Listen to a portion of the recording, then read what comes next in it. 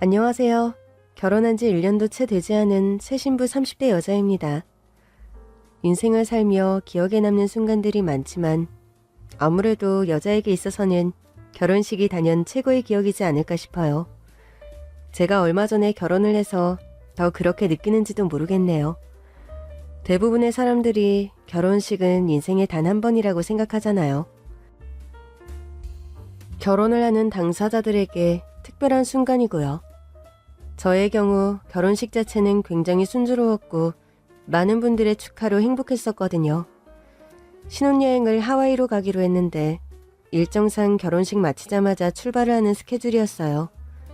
대부분 식을 마치고 하루 뒤에 출발하는데 저희 부부는 아니었거든요. 식을 마친 뒤 부랴부랴 인천공항으로 향했고 긴장이 풀려 피곤했지만 비행기에서 자면 된다는 생각이었어요.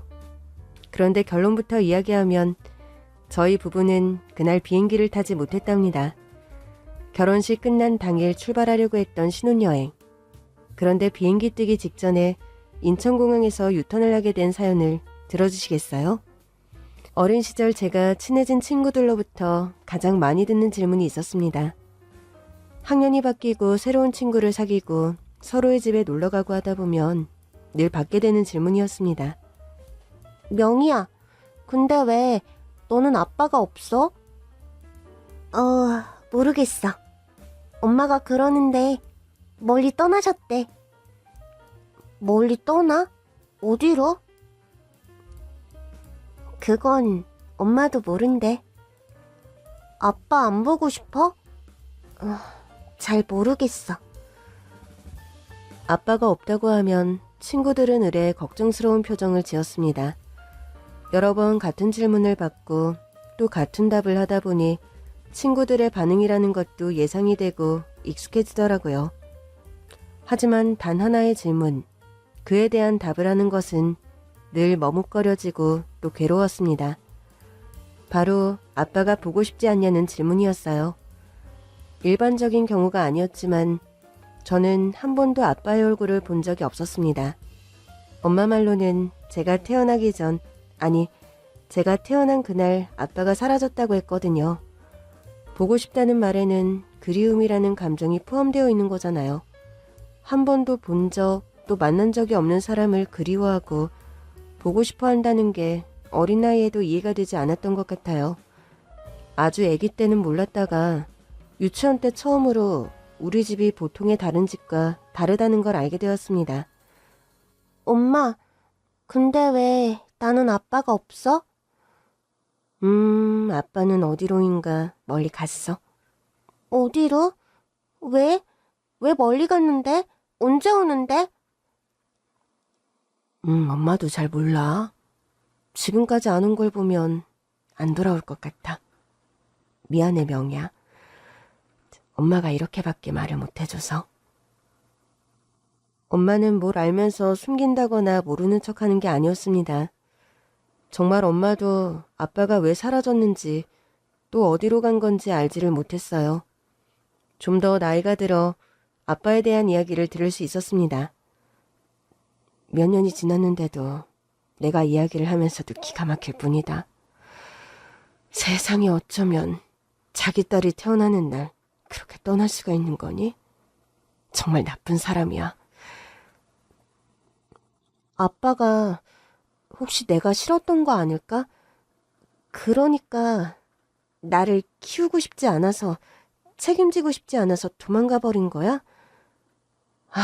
그것도 모르겠다. 그렇지만 그런 건 아니라고 믿고 싶고 아닐 거라고 믿어. 왜냐하면 너희 아빠는 네가 태어나기를 정말 기대했거든. 명인이가 엄마 뱃속에 있을 때 아빠가 날마다 배를 쓰다듬어주면서 건강하게 태어나서 만나자고 아빠가 너무너무 기다리고 있다고 맨날 그랬거든. 그랬던 사람이 어떻게 딸이 태어나는 날 호련히 사라질 수가 있느냐 말이야. 이제는 엄마도 모르겠어. 네 아빠가 어떤 사람인지, 사람이 어떻게 하루아침에 그렇게 말도 없이 사라질 수 있는지. 그 사람만 믿었는데 너랑 나를 두고 정말 기가 막힐 노릇이었습니다. 어릴 때 저도 한부모 가정인 친구들이 여럿 있었어요. 부모님이 이혼하셔서 아빠랑 사는 아이, 저처럼 엄마랑 사는 아이, 또 할머니가 키우는 아이, 이혼뿐 아니라 사고로 돌아가시는 바람에 사별로 인해 한부모 가정이 된 아이까지요. 그런데 누구도 저와 같은 사람은 없었습니다. 이혼 자체도 아이에게 불행한 일이지만 적어도 왜 자신이 부모님 중 한 분과 살아야 하는지는 알잖아요. 돌아가신 경우에도 너무나 큰 슬픔이지만 적어도 살아계실 때까지는 사랑을 받았잖아요. 제가 태어난 날에 홀연히 사라져버린 아빠라는 사람. 미리 계획한 것이었다면 정말 나쁜 사람이고 어떤 일이 생긴 거라면 소식을 전해야 맞지 않을까요? 떠난 이유도 모른 채 기약 없이 기다렸고 기다림은 포기했지만 마음속에는 평생 채워지지 않을 상처와 원망만 남았는데 그건 저희 모녀에게 너무 잔인한 일이었습니다. 애초에 아빠를 본 적이 없어서 그리움도 몰랐던 저에 비해 엄마의 마음은 복잡했습니다. 왜냐하면 사라지기 전까지 아빠는 정말 가족만 생각하는 사람이었다고 했거든요. 나랑 너희 아빠는 가진 게 하나도 없을 때 만났어. 그러니까 엄청 가난했지. 그래도 세상에 우리 둘만 있으면 된다고 그 마음으로 같이 살기 시작한 거야. 그때 아마 엄마 인생에서 제일 빛나던 때였던 것 같아. 누군가를 사랑하고 또 누군가한테 사랑받는다는 게 이런 거구나. 그런 걸 처음 알았거든. 둘 다 돈이 없어서 결혼식도 못 올리고 딸랑 방 하나 얻어서 열심히 살았지. 그러다가 몇 개월 만에 명희 네가 생긴 거야. 너를 가졌다는 말을 듣고 어찌나 좋아하던지. 엄마는 그 모습이 아직도 눈에 선해. 가진 것 하나 없이 가난했지만 세상 최고로 잘 산다는 사람들 하나도 안 부러웠어. 네 아빠가 정말로 엄마를 세상에서 가장 행복한 여자로 만들어줬거든. 명희 너를 가졌다고 하니까는 애를 이런 환경에서 키울 수 없다면서 한 푼이라도 더 벌려고 이리 뛰고 저리 뛰어다녔어. 새벽에 신문 배달부터 음식점 서빙, 초저녁부터 자정까지 대리운전에 그렇게 시간을 쪼개가면서 열심히 일했거든. 그렇게 번 돈으로 임신한 엄마가 먹고 싶다는 거 꼭꼭 사다 줬지. 그렇게 다정하고 따뜻한 사람이었는데 어떻게 그럴 수가 있는지. 만날 당시 너무도 가난했다는 엄마와 아빠. 엄마의 말을 들으면 아빠는 전국 1등 사랑꾼의 모습이었습니다. 가난했지만 서로의 존재만으로 너무나 행복했었다고 했어요. 사라진 아빠를 왜 찾지 않았는지 물었는데 방법이 없었다고 합니다. 당시 결혼식도 안 올리고 함께 살았는데 불과 몇 개월 만에 제가 생긴 터라 제가 태어나면 혼인신고와 출생신고를 같이 하기로 했었다고요. 서류상에 아무것도 남은 게 없어서 아빠를 어디서 어떻게 찾아야 할지도 몰랐다고 합니다. 그래서 명인이 출생신고를 늦게 하게 된 거야. 너를 낳고서 병원에서 내내 네 아빠가 오기만을 기다렸는데 도무지 오질 않았거든. 퇴원을 하고 갓난쟁이인 너를 데리고 집으로 들어왔지. 그때까지는 네 아빠가 집으로 올 거라고 돌아올 거라고 굳게 믿었었어. 너를 데리고 같이 구청에 가서 혼인신고도 하고 출생신고도 하고 어엿하게 가족으로서 살아갈 거라고 그랬는데 아무리 기다려도 네 아빠는 오지를 않았어. 결국 엄마는 미혼모가 되었습니다. 더 이상 출생신고를 미룰 수 없게 된 시점, 홀로 가서 출생신고를 하고 저를 호적에 올렸다고 했어요. 그래서 저는 엄마의 성을 따라 박씨가 된 거였습니다. 혼자 가서 네 출생신고를 하고 나니까 이제 모든 게 다 현실인 거야. 젖먹인 너를 키워야 했고 어떻게든 살아가야 하는 거잖아. 그래도 명희야, 그때 많이 힘들었지만 엄마는 너를 낳은 걸 후회한 적이 없어.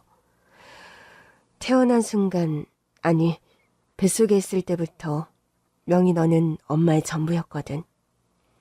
하루아침에 미혼모로 아기를 키우게 된 엄마. 저희 엄마는 정말 악착같이 살았습니다. 제가 아주 아기 때는 저를 업고 다니며 일을 했다고 하셨어요. 저를 잘 키우겠다는 마음으로 이를 악물고 온갖 일을 했습니다.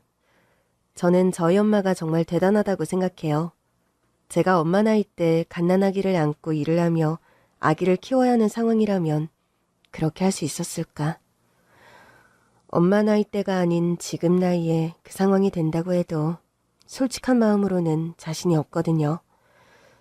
동네에서 저희 엄마의 별명은 억척 어머니였다고 합니다.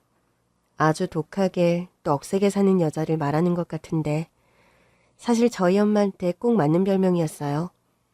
엄마는 온갖 일을 하며 돈을 모았고 제가 중학생이 되었을 때 음식점을 차리게 되었습니다. 엄마가 노력을 120%한 것도 있지만 약간의 운도 따랐다고 생각을 해요. 음식점이 맛집으로 소문이 나서 장사가 무척 잘 되었거든요. 음식점이 완전히 자리를 잡은 뒤에 저는 비교적 안정된 생활을 할 수가 있었습니다. 남들은 억세고 독하다고 손가락질해도 억척 어멈이라고 부르면서 흉봐도 엄마는 한 번도 흔들린 적이 없어. 내가 법을 어긴 적이 있니?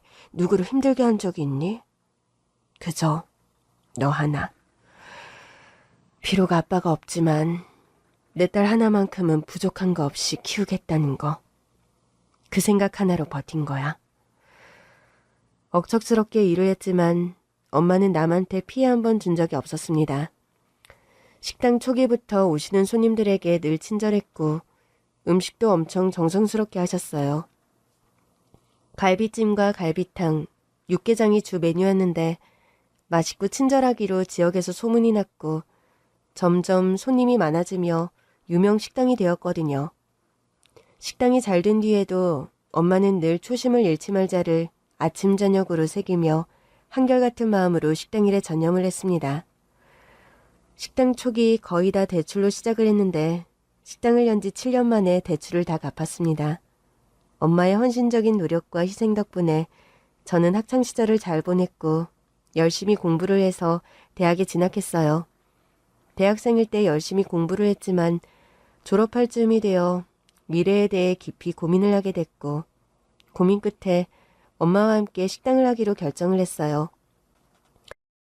힘들게 노력해서 식당을 이렇게 키웠는데 나중에 엄마 나이 드신 다음에 접는 것도 또 갑작스러운 상황이 생겼을 때 식당 문을 닫거나 누군가한테 넘기는 건 모두 좋은 선택지가 아니라고 생각을 했습니다. 명희야, 정말 우리 모녀 서로 의지하며 지금까지 열심히 살았고 또 감사하게도 잘 되어서 지금은 먹고 사는 거 걱정이 없잖아. 너 대학까지 나왔는데 너 하고 싶은 거 마음껏 해도 돼. 네가 지금부터 어디 외국에 나가서 공부를 더 한다고 해도 엄마는 지원해 줄 수 있고 네가 그냥 회사에 다니고 싶다고 하면 회사 근처에 너 지낼 곳 마련해 줄 수도 있어. 엄마는 괜찮으니까 우리 딸 하고 싶은 거 마음껏 해. 예전부터 엄마가 바라는 건 그거 하나였어. 알아요, 엄마. 나도 고민 많이 해봤어. 근데 엄마 식당 맨 처음 했을 때부터 고생한 거 생각나는 거 있죠? 손님 하나 없고 팔이 날릴 때도 엄마 음식 맛 더 좋게 한다고 주방에서 땀 뻘뻘 흘리면서 노력했잖아요. 엄마 식당 하면서부터 엄마 음식 제일 많이 맛본 사람이 나잖아. 나 엄마 식당밥 먹으면서 컸잖아요. 엄마, 나 그냥 식당 서빙 알바로 시작할게요. 가게 일 도우면서 엄마 음식하는 것도 옆에서 배우고 밑에서부터 하나씩 배울게요. 명인이가 엄마 도와서 같이 식당 한다고 하면 엄마는 너무 든든하지. 고마워, 우리 딸. 저는 대학 졸업 후 엄마의 식당에서 일을 시작했습니다. 오픈 전 청소부터 홀 정리, 반찬통 채우기, 손님 안내하고 서빙까지. 엄마의 식당에서 자랐기 때문에 식당 일을 바로 옆에서 지켜봤지만 언젠가 식당을 물려받을 거라 생각하면 식당 운영 하나부터 10까지 모든 걸 알아야 했으니까요. 그렇게 식당 알바로 식당 일을 하고 있던 어느 날 점심시간에 한 무리의 손님들이 찾아왔습니다. 점심시간이라 식당이 혼잡했고 주문받은 거 확인부터 중간에 직원을 찾는 손님 응대를 하며 너무 정신이 없었거든요. 6명 단체 손님 식탁에 반찬을 나르다가 그만 식탁 모서리에 발이 걸리는 바람에 반찬을 한 손님에게 쏟고 말았어요. 접시 한가득 담긴 깍두기를 몽땅 그 손님 옷에 쏟아버렸습니다. 손님 죄송합니다. 너무 죄송합니다. 제가 닦을 거 가져올게요. 너무 죄송합니다. 정말 손이 파르르 떨리고 얼굴이 하얗게 질리며 멘탈이 완전 나갔던 것 같습니다. 옷이 완전 엉망이 되었거든요. 휴지랑 물수건을 한가득 가져와서 옷을 닦아드리는데 손님이 물수건을 가져가 직접 닦으며 말을 하더라고요. 괜찮습니다. 제가 할게요. 죄송합니다. 너무 불편하시죠? 이거 많이 흘려서 그대로 입고 가실 수 있을까요? 새 옷 사드릴게요. 세탁비도 드리겠습니다. 너무 죄송합니다. 같은 시간 식사를 하던 사람들의 이목이 집중되고 허리를 90도로 숙이며 죄송하다고 사과를 드렸는데 그 남자 손님이 웃으면서 정말 괜찮다고 하는 거예요. 뒤늦게 상황을 본 엄마도 주방에서 달려나와 함께 사과를 드렸어요. 그래도 그 와중에 정말 다행인 것은 제가 쏟은 게 펄펄 끓은 갈비탕이 아니었다는 거였습니다. 만약 갈비탕을 쏟았다고 하면 정말 크게 다치는 상황이었거든요. 저와 엄마가 거듭 사과를 하는데 손님이 일어나서 말리더라고요. 실수하실 수 있죠. 그리고 충분히 사과하셨잖아요. 살다 보면 이런 일도 있고 저런 일도 있는 건데 너무 마음 쓰지 마세요. 바쁜 시간인데 저는 괜찮으니까 얼른 다른 일 보세요. 옷은 정말 괜찮거든요. 그보다 배가 고파서 그냥 식사를 하고 싶네요. 새빨간 깍두기를 옷에 쏟았는데 사과를 받아준 것뿐만 아니라 바쁜 시간에 식당까지 생각을 해주더라고요.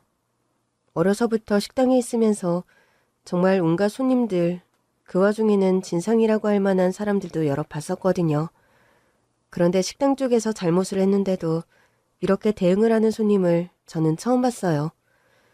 그 손님은 옷을 대충 닦은 뒤 함께 온 사람들과 식사를 했습니다.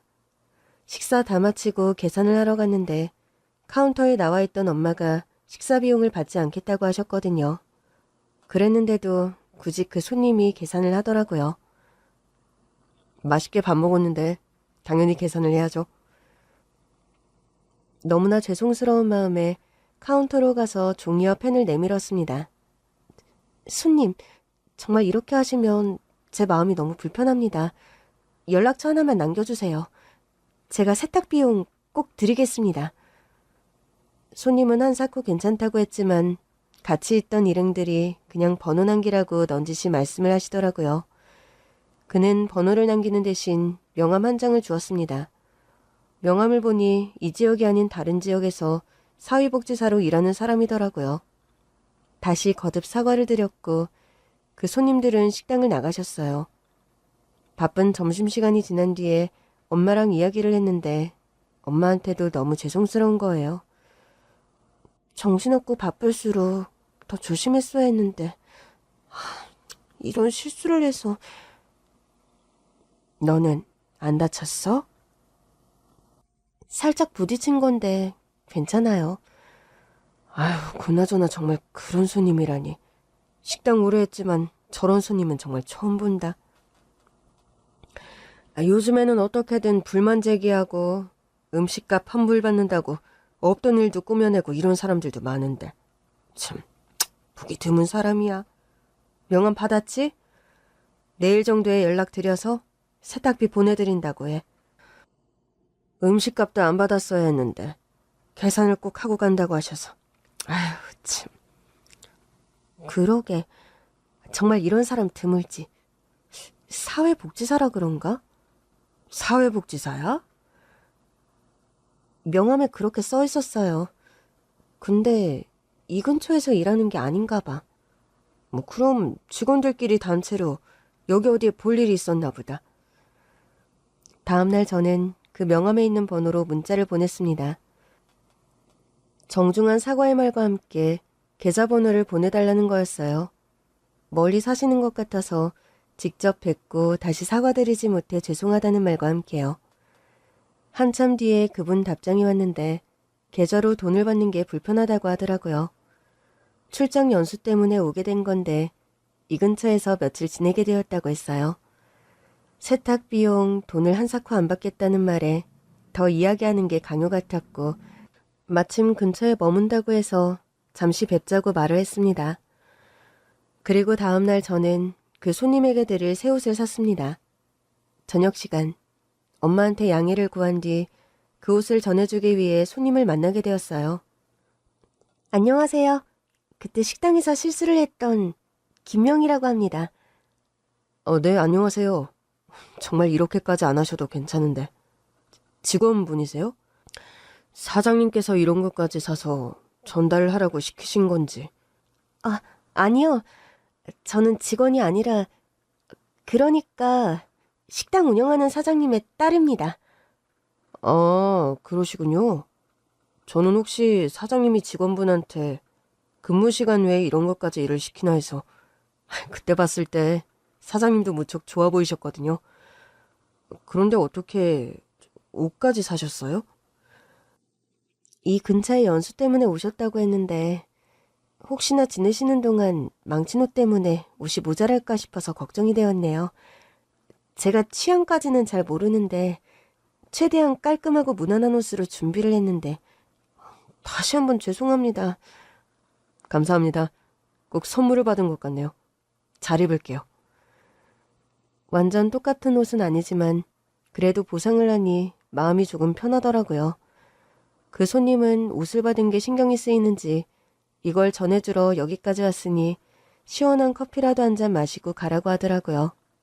그래서 그 손님과 커피를 마셨고 대화를 나눈 뒤에 돌아왔습니다. 그런데 참으로 이상한 일이지요. 말도 안 되는 제 실수 때문에 그 손님을 밖에서 다시 보게 된 건데 커피를 마시며 대화를 하는 동안 그 사람이 참 괜찮은 사람이라는 생각이 드는 거예요. 식당에서 그 손님의 태도를 봤을 때부터 이미 좋은 사람이라는 걸 알았지만 그리 길지 않은 시간 대화를 나눴는데 전혀 어색하지가 않고 마음이 편안했습니다. 집에 오고 나서도 커피를 마시며 했던 대화가 계속 생각이 나고 인정하기 부끄러웠지만 제 마음속에 그 사람이 들어온 것 같았습니다.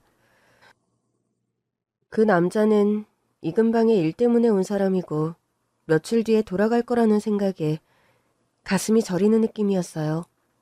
살면서 단 한 번도 그런 적이 없었는데 뭔가 이대로 다시 그를 못 보게 되면 후회할 것만 같다는 생각이 들었거든요. 대학 때도 저에게 먼저 다가오고 또 적극적으로 마음을 표현했던 사람과 만나보기도 했지만 제 쪽에서 다가간 것은 그때가 처음이었어요. 이틀 내내 고민을 하다가 용기를 내어 문자를 보냈습니다. 연수를 마치고 돌아가기 전 한 번 더 볼 수 있는지 물어봤어요. 한참 답장이 없어 애만 태우고 있었는데 늦게 연락이 왔거든요.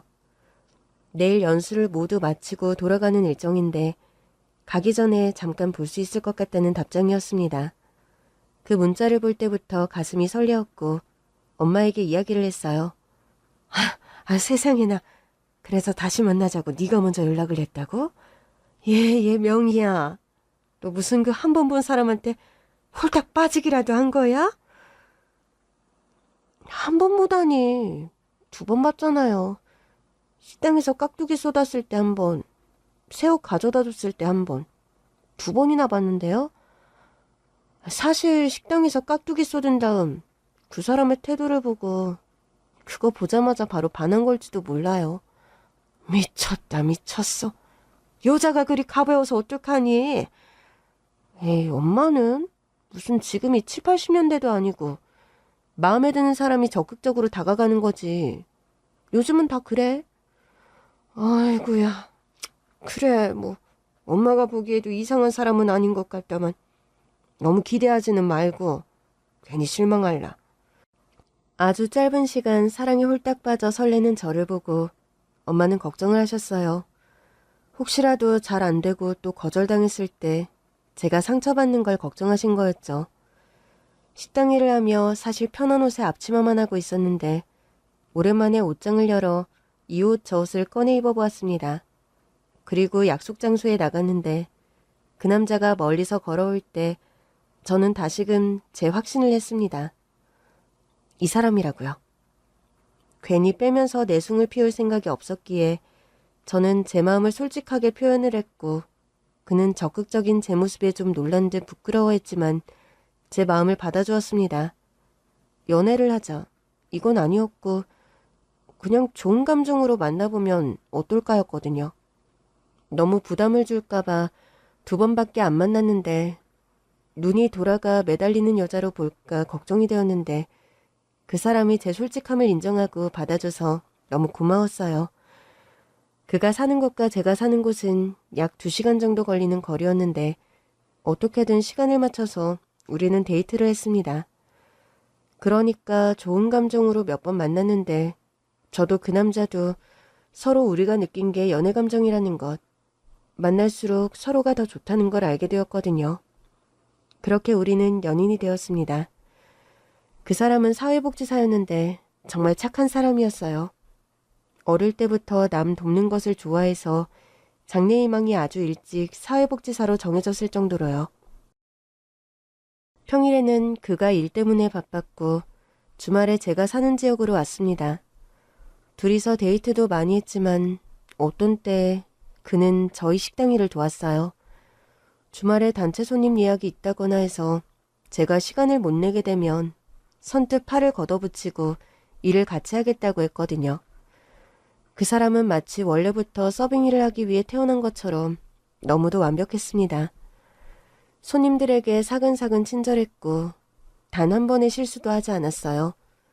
자기 말로는 사회복지사다 보니 그냥 사람들 대하는 게 익숙하다고 했는데 그런 겸손함마저 너무 훌륭해 보이는 거예요. 남자친구가 이런 사람이다 보니 저뿐만 아니라 저희 엄마도 그 사람을 무척 아끼고 예뻐하셨습니다.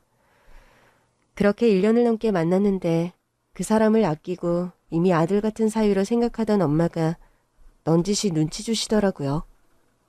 그래서 아직 이야기가 없어? 무슨 이야기? 교태랑 너 말이야. 사계절을 함께 보며 서로 알아갔는데 아직 확신이 없는 거야? 엄마는 규태라고 하면 내일 당장 결혼을 한다고 해도 찬성이다. 아니, 엄마는 무슨... 김서방이라고 부를 날이 언제 오려나. 예, 명희야. 정말로 규태 같은 사람 흔하지가 않다. 흔하지 않은 정도가 아니라 아주 드물지 드물어.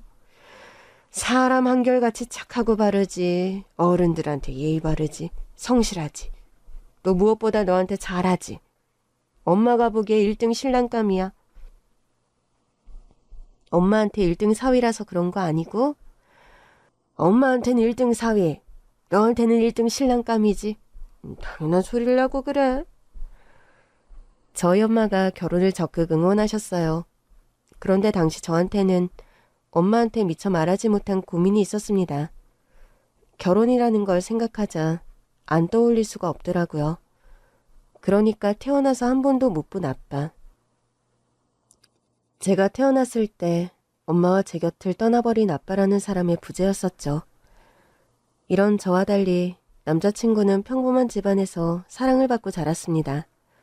아빠가 없다는 것, 태어나 아빠를 한 번도 본 적이 없다는 것을 많이 생각하지 않고 그냥 잊고 살려고 했지만 그게 쉽지 않았습니다.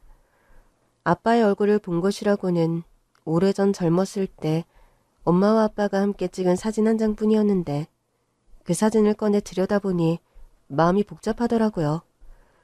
사진 속 젊었을 때 엄마 아빠의 얼굴을 보다가 거울을 보니 어딘가 아빠를 닮은 구석이 있는 것 같기도 하고 어쩔 수 없이 내 몸에 흐르는 피가 아빠로부터 물려받은 거라는 걸 생각하면 그냥 핏줄이라는 이유로 그리움이라는 게 쌓이는가 보다 하는 생각도 들었습니다. 그리움보다는 원망하는 마음이 훨씬 크기는 했지만요. 아빠가 그렇게 무책임하게 떠나버렸기 때문에 갓난쟁이인 저를 키우느라 엄마는 혼자 평생 고생을 한 거잖아요. 살아있는 건지 단 한 번이라도 만날 수 있는 건지 만나게 된다면 원망이라도 쏟아낼 수 있을 텐데 그럴 수조차 없다는 게 화가 났습니다. 남자친구와 결혼 이야기를 했을 때 우리 가족에 대한 모든 것을 털어놓았거든요. 사실 제가 태어나는 날 무책임하게 아빠가 버렸다는 사실이 창피해서 그냥 예전에 돌아가셨다고 말했었어요. 솔직하지 못했던 것에 대해 사과하고 또 결혼을 앞두고 있으니 더 이상 숨기고 싶지 않다고 말을 했습니다. 남자친구는 그 모든 이야기를 듣고 저를 위로해 주었어요. 사회복지사 일을 오래 하며 이런저런 사람을 보살피고 도우면서 살고 있는 남자친구였기에 기본적으로 사람이나 관계, 가족사에 대한 이해가 깊고 넓었습니다. 영희 네 잘못이 아니잖아. 어머님 잘못도 아니고.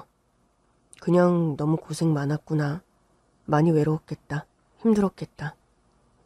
그런 생각이 드네. 원망하는 마음도 당연하지. 하지만 그걸 다 견뎌내고 어머님께서 너를 키우고 또 식당도 차리셨잖아. 식당도 잘 되고 있고. 원망하는 마음은 이제 조금씩 흘려보내자.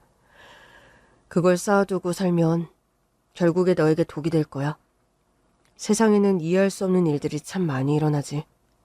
하지만 인간은 누구나 다 자기 입장에서 생각을 하게 되어 있어. 착한 사람, 나쁜 사람 할 거 없이 대부분이 그렇거든. 너의 입장에서 원망하는 마음이 크겠지만 그래도 너를 위해서 그 원망을 조금씩 흘려보내면 좋겠다. 내가 너의 곁에서 함께하며 그 상처와 아픔을 잊게 해줄게. 행복하게 해줄게. 어떠한 일이 있어도 내 곁에서 힘이 되어주겠다는 남자. 그게 바로 저의 남자친구, 그리고 결혼해서 남편이 될 사람이었습니다. 이후 그의 부모님께 인사를 드리러 갔어요. 그의 온화하고 따뜻한 성품이 누구를 닮았을까? 당연한 말이지만 그는 그의 부모님을 꼭 닮았습니다.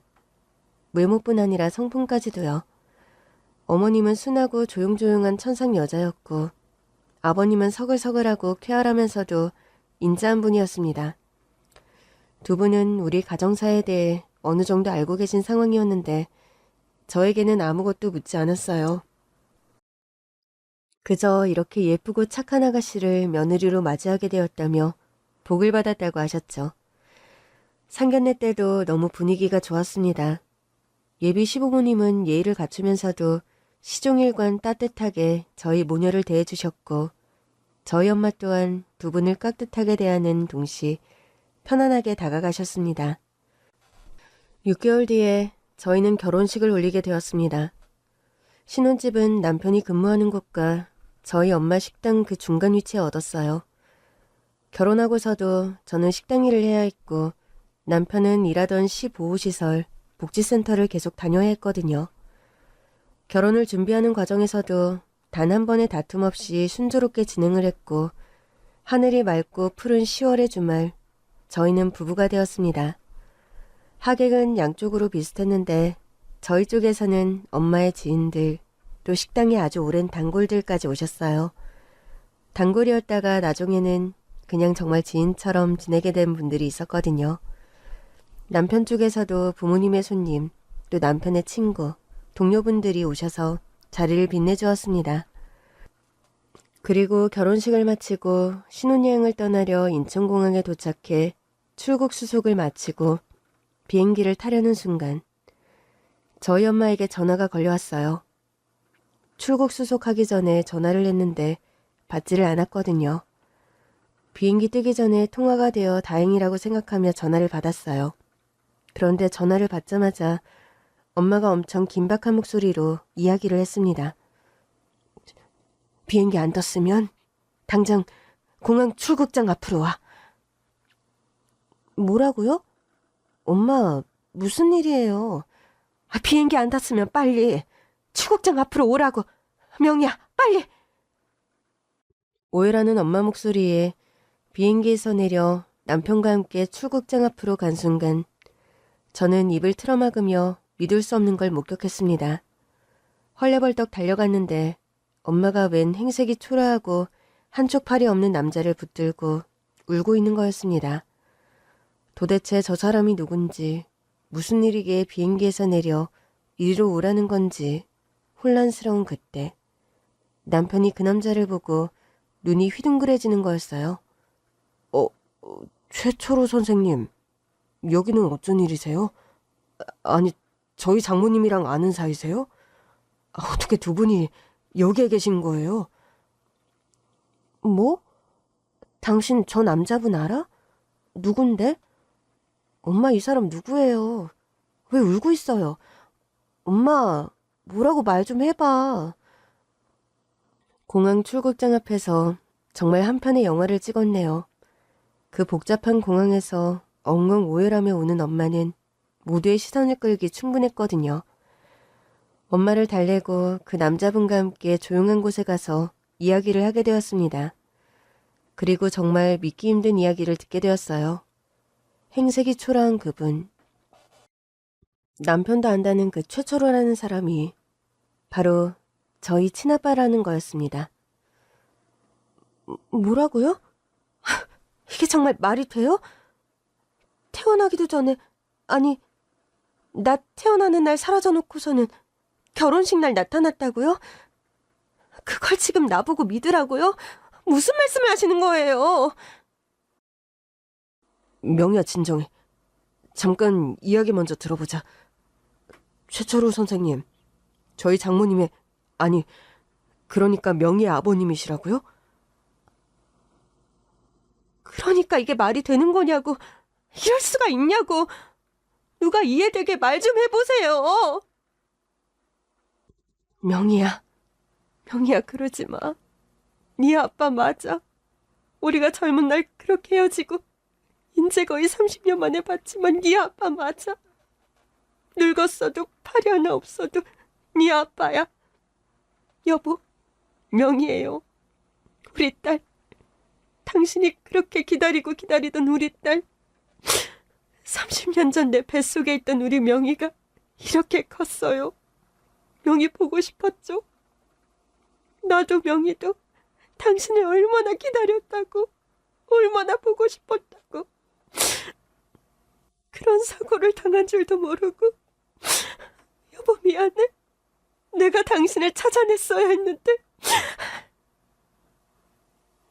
미안해.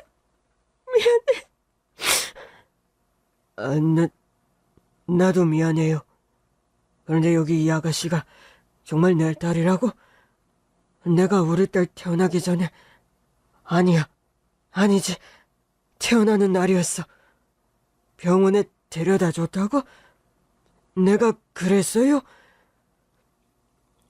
애타는 그리움을 쏟아내는 엄마에 비해 아빠라는 사람은 마치 꿈을 꾸는 듯 몽롱해 보였어요.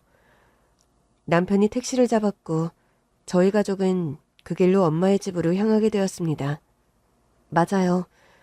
태어나는 날 사라졌다는 아빠가 결혼식 날 나타났고 공항에 엄마와 함께 나타나는 바람에 저는 신혼여행을 떠나는 비행기에서 내려 집으로 오게 된 것이었습니다. 집으로 와서 이야기를 먼저 꺼낸 것은 바로 남편이었습니다. 남편은 사회복지시설에서 오래 일을 했거든요. 바로 그곳에서 저희 아빠 최초로 선생님을 알게 되었다고 했죠. 알고 지낸 기간이 오래되었다고 합니다. 거의 10년 가까이 알았대요. 그러니까 선생님은 처음에 저희 시설에서 지내셨어요. 제가 그곳에서 일하기 훨씬 전에요. 복지사가 되어 첫 출근을 하고 얼마 되지 않아 최초로 선생님을 만나게 되었는데 그때 선생님은 이미 시 보호소 시설을 떠나 자립부에서 생활을 하고 계셨습니다. 보통 그렇게 해서 시설을 떠난 분들은 그걸로 마지막이거든요. 가족을 찾아 돌아가거나 또 자립을 해서 생활하거나 하면 복지센터를 잘 찾지 않으세요? 그런데 최초로 선생님이 한 달에 2번, 3번 거의 매달 시설에 오셨어요. 그냥 자원봉사였죠. 화장실 청소, 배식, 시설에 계신 분들 케어부터 봉사를 많이 하셨죠. 어느 기관이나 단체에서 봉사를 오는 것도 아니고 매번 혼자 오셨는데 나중에 최초로 씨가 그 시설에서 지냈다는 걸 알고 깜짝 놀랐어요. 그런 분이 정말 드물었으니까요. 오래된 선배님께 최초로 선생님에 대한 이야기를 들었거든요. 시설에서 꽤 오랜 시간을 지내셨대요. 아주 젊은 날 음주 차량으로부터 뺑소니 사고를 당했다고요. 큰 사고였지만 그래도 병원으로 옮겨져서 치료를 받았는데 사고 때문에 머리를 많이 다쳤대요. 팔 하나도 절단을 해야 하는 상황이었다고요. 치료를 다 마쳤는데 연락할 가족이 하나 없었다고 합니다. 병원을 퇴원해서는 저희 시설에서 지내셨다고 했어요. 전문 치료사가 있는 건 아니지만 상담을 해주시는 선생님이 계시거든요. 그곳에서 생활하며 상담도 받고 했는데 머리 다친 게 너무 커서 기억이라는 게 온전히 돌아오지 않았다고요. 최철호라는 이름, 본인 이름 하나만 기억을 하고 있었다고 했습니다. 시설에서 꽤 오랜 시간 지내셨고 몸이 회복된 뒤에는 보조금을 받아 자립을 하셨다고요. 최철호 선생님 맞으시죠? 맞아요. 교태복지사님. 복지사님 말이 맞아요. 어느 날 깨어나 보니 병원이었는데 사실상은 그때 기억도 잘 나지를 않아요. 충격을 크게 받았나 봐. 아무것도 기억이 나지를 않는데 일어나 보니 팔 하나가 없어져 있더라고요. 왜 내가 이런 일을 당한 건지. 그런데 살다 보니 팔 하나 없는 것쯤은 사는데 그리 문제가 되지는 않더랍니다. 더 큰 문제, 그러니까 나를 가장 괴롭게 한 것은 기억이 사라졌다는 사실이었어요. 어떤 일로 인해 내가 그동안 어떻게 살아왔는지, 내가 어떤 사람인지, 내 가족은 누구인지, 나한테 친구나 혹은 소중한 사람이 있었는지 그런 게 아무것도 떠오르지 않는다는 거. 그러니까 자신이 어떤 사람인지, 나라는 사람의 인생, 흔적을 지우개로 빡빡 지운 듯이 깨끗해져 버린 백지같이 된다는 게 어떤 기분인지 모를 거예요. 그건 정말 말로 다 설명할 수 없어. 최철우라는 이름을 알고 있었던 것도 병원에 적혀 있는 걸 봤기 때문이에요. 사고가 났을 때 신분증이 있었나 봐. 병원에서도 가족한테 연락을 해야 하니 조회를 했는데 우리 어머니 아버지는 예전에 돌아가시고 나 혼자 있더라는 거예요. 가족이 없대요. 아무도. 병원에서 내 이름이 최철우라고 알려줘서 내가 최철우구나 하고 표현을 한 게 전부입니다. 그렇게 살았어요. 그러니까 음주 뺑소니 사고로 머리를 다쳐 기억을 잃고 병원에 입원하게 된 아빠. 그 사고가 난 날이 바로 제가 태어난 날이었던 거예요. 그 전의 기억 말이에요. 내가 채워줄게요, 여보. 내가 떠오르게 해줄게. 우리 명이 태어난 날 말이죠. 그날 당신 우리 그때 너무너무 가난했거든요. 그래도 우리 둘은 서로면 충분하다고 했어요. 서로가 있어서 이 세상은 행복하다고 그랬단 말이에요. 혼인신고도 못하고 결혼식도 못 올리고 우리가 같이 살았는데 얼마 안 되어 내가 명의를 가졌어요. 당신은 몸이 부서지는 한이 있더라도 나랑 뱃속의 아이는 책임질 거라고, 당신이 먹여 살릴 거라고 그랬어요. 그때부터 당신은 닥치는 대로 가리지 않고 일을 했죠. 새벽부터 밤까지. 그렇게 번 돈으로 임신한 내가 먹고 싶다는 거 다 사준 당신이에요. 우리 명이 태어나기 전날 저녁 시간에 내가 진통이 왔거든요. 예정일보다 빠른 거였어요. 당신은 부랴부랴 택시를 잡아서 나를 태우고 병원에를 갔는데 예상보다 진통이 아주 길어졌어요. 의사 선생님 말로는 그 당시 10시간, 12시간이 더 걸릴 수도 있다고 했대요. 병원에서 내 곁을 지키던 당신이 그렇게 오래 걸린다는 말에 일을 다녀오겠다고 했어요. 새벽에 하던 신문 배달이요. 그거 말도 없이 하루 쉬면 잘릴 수도 있다고, 한 푼도 아까운 마당에 일자리를 잃을 수 없다며 금방 신문만 돌리고 온다고, 그러고서는 당신이 나간 게 마지막이에요. 그때까지도 나는 분만실에 안 들어가고 간헐적으로 오는 진통을 견디고 체크하면서 대기하고 있었거든요.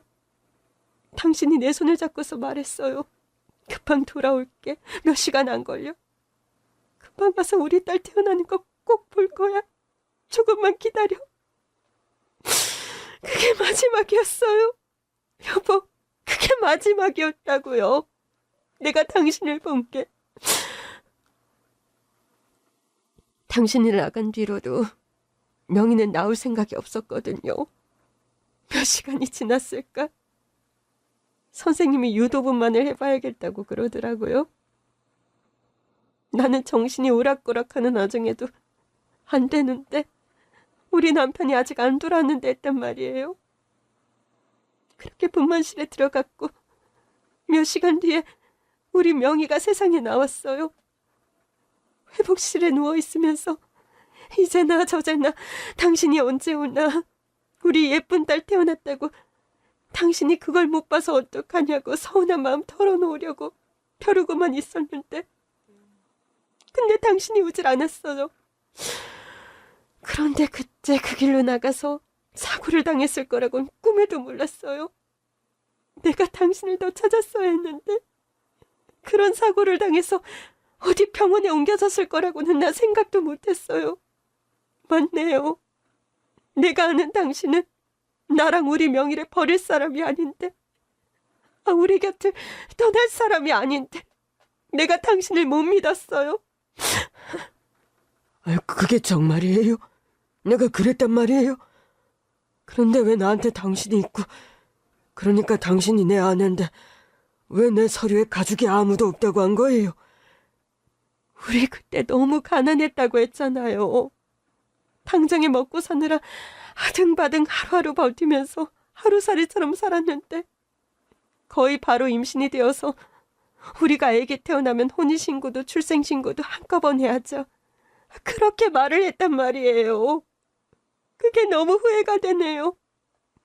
혼인신고를 먼저 했었더라면 사고 난 다음에 당신을 찾을 수도 있었을 텐데. 미안해요, 여보. 최초로 선생님한테 가족이 있을 거라고는 저도 정말 몰랐네요. 아빠가 사라졌던 당일의 사건, 그리고 그 이후 모든 게 너무 처참했습니다. 팔 하나를 잃은 것보다 기억을 잃어 내 자신이 누구인지도 모른 채 사는 게 지옥 같았다며 울부짖는 아빠를 보니 너무 안타깝고 눈물이 났어요. 남편의 말처럼 아빠는 그 길로 센터에서 지내게 되었고 나중에 자립을 하셨다고 해요.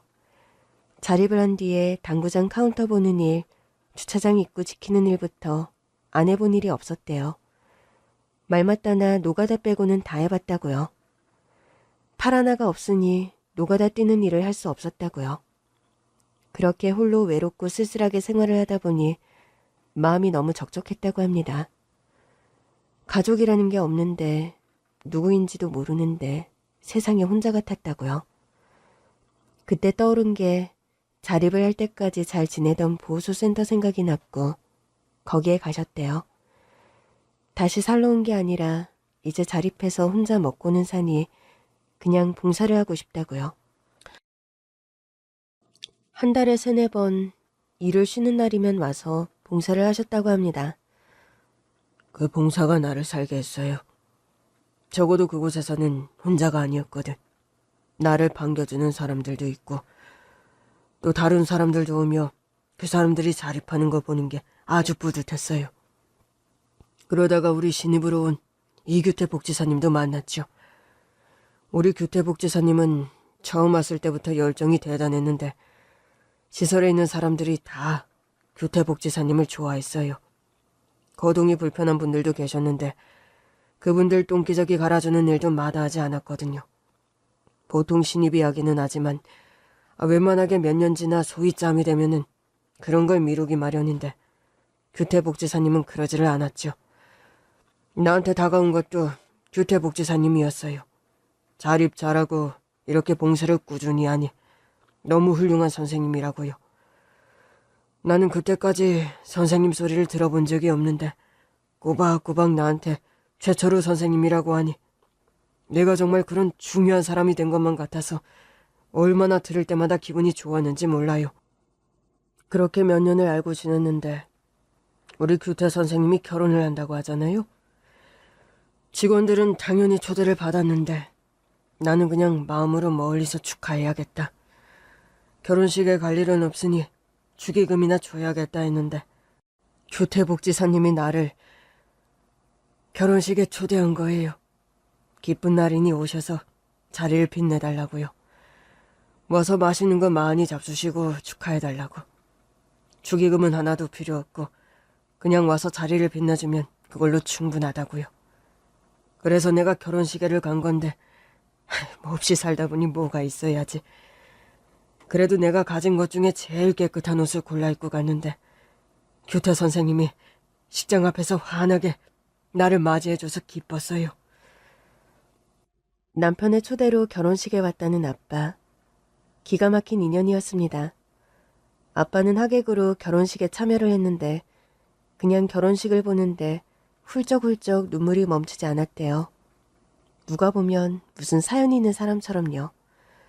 그냥 늘 고맙게 생각하고 마치 아들처럼 생각하던 남편이 결혼하는 모습을 보니 그게 감동적이었나 봐요. 그러다 식 마치고 밥을 먹는데 테이블을 돌면서 하객들에게 인사를 했거든요. 저희 엄마도 하객들에게 인사를 다녔는데 거기서 홀로 앉아 식사를 하는 아빠를 보게 된 거였어요. 아무리 봐도 맞는 거야. 딱 보고서 지나가려 했는데 걸음이 움직여지질 않는 거야. 내가 알던 때와 달라졌지만 한쪽 팔이 없고 주름도 져서 늙었지만 밥 먹는 모습이며 그게 너무도 익숙한 거야. 어디서 꼭 본 것 같다는 생각이 들었거든. 자세히 얼굴을 뜯어봤지. 그랬더니 정말 그때부터 나는 눈물이 막 나는 게 당신 같았거든요. 당신이구나. 당신이 왔구나. 우리 딸 결혼식에 30년 만에 당신이 우리를 찾아왔구나. 저런 모습으로. 그래도 왔구나. 왈칵 눈물이 쏟아지려는 걸 참고 다가가서 내가 성함이 어떻게 되시나요? 물었더니 신랑 하객으로 온 최철호입니다. 이러더라고. 그 이름을 듣는 순간 나는 그냥 심장이 멎는 줄만 알았어. 손이 발발발 떨리고 다리가 막 후들거리는데 하마터면 거기서 쓰러질 뻔했거든.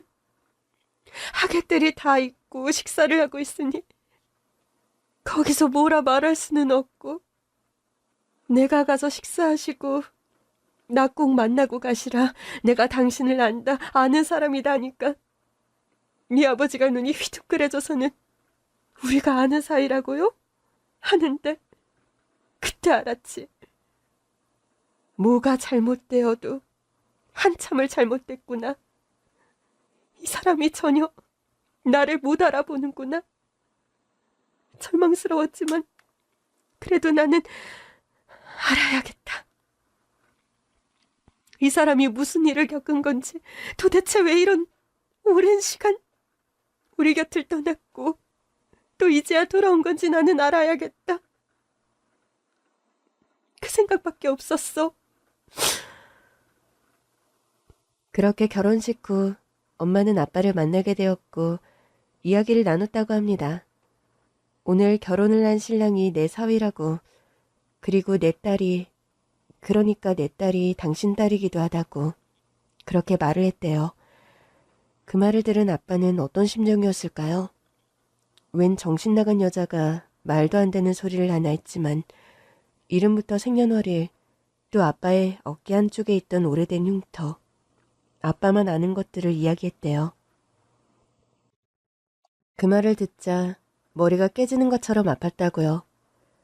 그런데 어느 순간 단편 조각난 기억이 하나둘 떠올랐다고 합니다. 정확히 기억은 나지 않지만 어떤 장면들이 꼭 사진처럼 머릿속을 스쳐 지나갔대요. 그때 엄마가 아빠 손을 잡고 무작정 택시를 탔다고 합니다. 지금 공항에 가면 만날 수 있다고. 우리 딸을 만날 수 있다고요. 아직 늦지 않았을 거라고요. 그렇게 달려와 저에게 전화를 했고 남편과 저는 비행기에 타자마자 다시 내려서 출국장으로 온 거였죠. 30년이었습니다. 30년 만에 처음으로 아빠의 얼굴을 받고 아빠를 만났어요. 기가 막힌 우연, 아니 누군가 마치 계획해놓은 것처럼 세밀하고 치밀한 인연의 굴레 앞에서 저는 무릎을 꿇을 수밖에 없었습니다. 무엇보다 남편을 통해 아빠를 만나게 되었다는 게 너무나 신기해서 또 감사해서 그저 눈물만 흘렸어요. 평생을 가졌던 원망의 마음, 꽁꽁 얼어붙어 있던 그 원망이라는 덩어리가 봄이 오면 스르르 녹아버리는 눈처럼 그렇게 사라졌습니다. 우리를 버리거나 우리를 떠난 게 아니었어요. 누구보다 가족을 사랑했지만 30년이라는 세월 동안 돌아오지 못했던 거였습니다. 다시 아빠를 만나게 되어 너무도 기뻤지만 지난 30년이라는 세월이 참 야속하게 느껴지기도 했어요. 우리 가족이 함께 행복할 수 있었던 시간이었는데 그 모든 걸 한순간에 앗아간 사고. 그 뒤로 30년 동안 저를 키우며 남몰래 간직했던 그리움을 꾹꾹 누르며 살아왔던 엄마. 얼굴 한 번 못 본 아빠를 그리워하고 원망하며 30년 동안 살아온 제 자신.